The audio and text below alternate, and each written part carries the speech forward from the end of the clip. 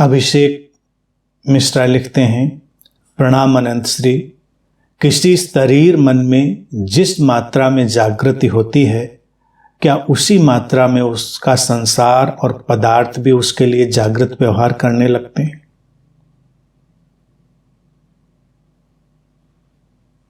अभिषेक, महत्वपूर्ण बात, गूढ़ बात तुमने पूछी, और ये सच है।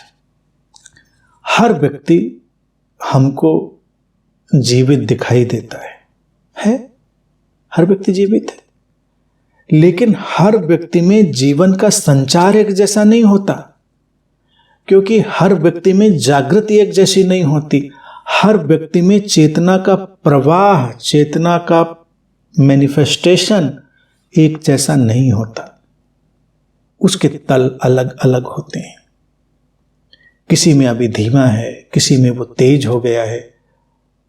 तो उसी के अनुसार पदार्थ हो, संसार हो, वो सब प्रतिक्रिया करते। इसको ऐसे समझ सकते हैं जैसे मान लो शरीर एक लैंप की तरह है, और जिसको हम जागृति या चेतना कह रहे हैं वो एक लौ है।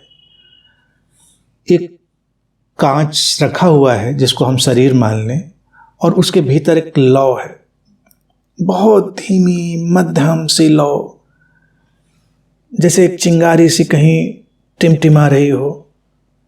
तो अभी भी अंधेरा ही है, अभी भी उस कांच के पार कुछ दिख नहीं रहा है। वो पदार्थ, वो संसार अभी भी अंधेरे में है। फिर थोड़ी सी उस टिमटिमाहट को बढ़ाएं, वो चिंगारियां थोड़ी और बढ़े, थोड़ा सा ऐसा लगेगा कि कुछ रोशनी का अंदेशा लग रहा है, कोई रोशनी की आहट आ रही है, संसार धीरे धीरे बदलेगा।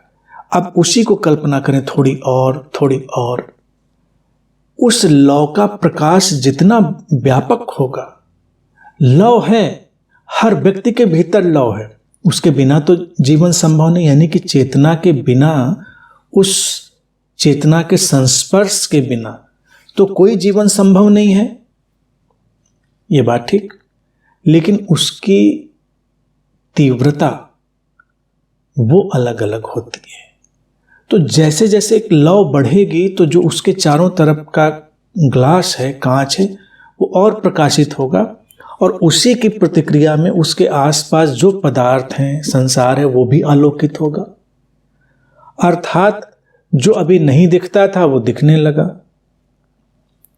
लौ, कांच, लैंप, इसमें तो इतनी ही बात क्लियर होगी कि जितना आलोकित उतना ही सब स्पष्ट हुआ।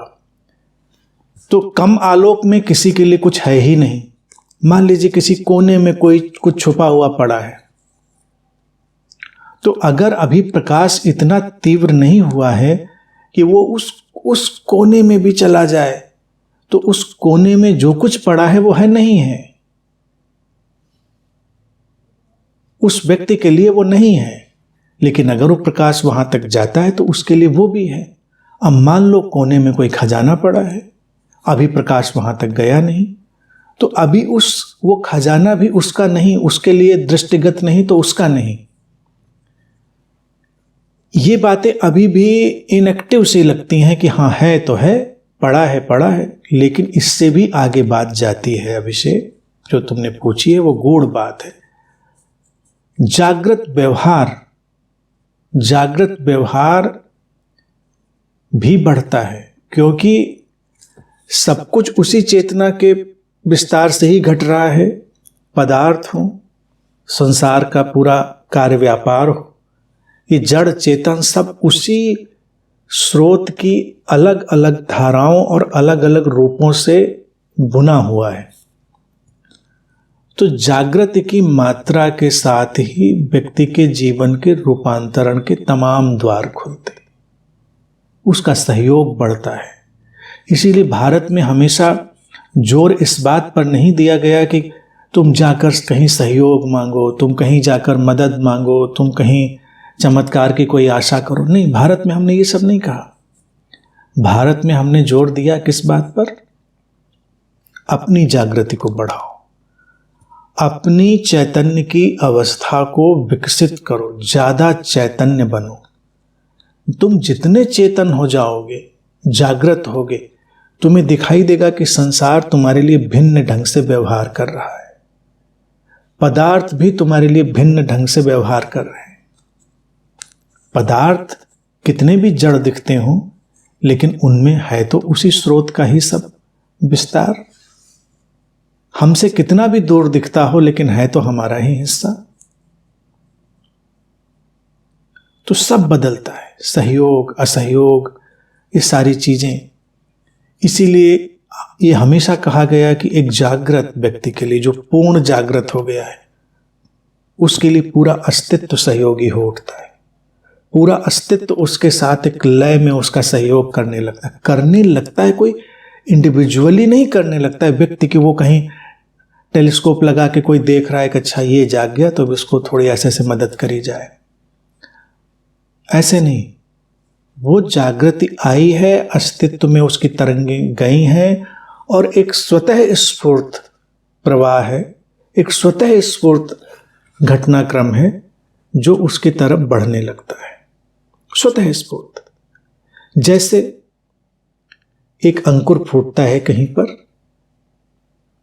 जमीन पर, बढ़ने लगता है, विकसित होने लगता है। तो क्या उसको पूरा अस्तित्व सहयोग नहीं करता?